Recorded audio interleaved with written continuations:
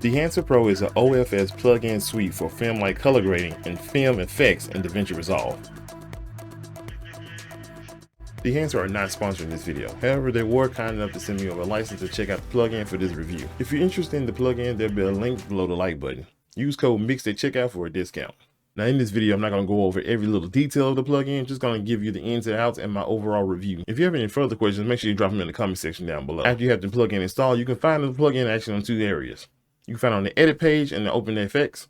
You also find it on the color page at the bottom of the effects tab, and you can drag and drop on your footage or in the node if you're on the color page. After applying the plugin, you'll get a default film look of one of the 63 different film profiles. And honestly, this is where the plugin stands out.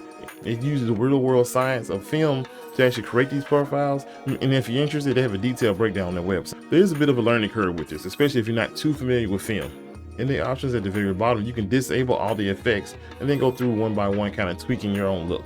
They also have it where you can select what camera that you're using. Although the selection of cameras is pretty limited, I think they pretty much cover the basis of the most popular brands. Something that kind of stood out to me was the fact you can select iPhone. There's a lot of creators that film on iPhone. There's also a Dehancer Pro app in the App Store as well.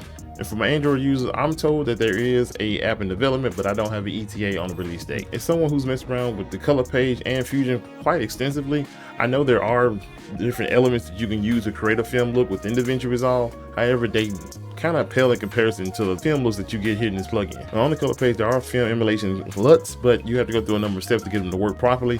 And again, they don't give you that same authentic look as the plugin gives you. Two of my favorite effects are halation and bloom. They give you this dreamy, like gloss look to your footage. They also have film damage. They have that little kind of like crackle kind of pop that you used to get like the old VHSs and stuff back in the day. With having so many options you can go through and re-enable and disable to kind of mess around with, you can create your own unique look. Then once you're done, you can save it as a power grade or export it as a LUT. Now, of course, there are some negatives, but they're very minor in my opinion. The plugin I was using was 7.0, and I was told there were some bugs and glitches that some users were encountering when using on Davinci Resolve. I'm not sure if it was actually caused a problem or not, but I'm also using Davinci Resolve 18.5 beta. I wasn't giving any definite yes or no that caused a problem. The problem I would have with the plugins when I would drag and drop into my footage, it would either crop it out halfway through and turn everything white. Every now and then, all my footage would turn completely white, and I would get this error message.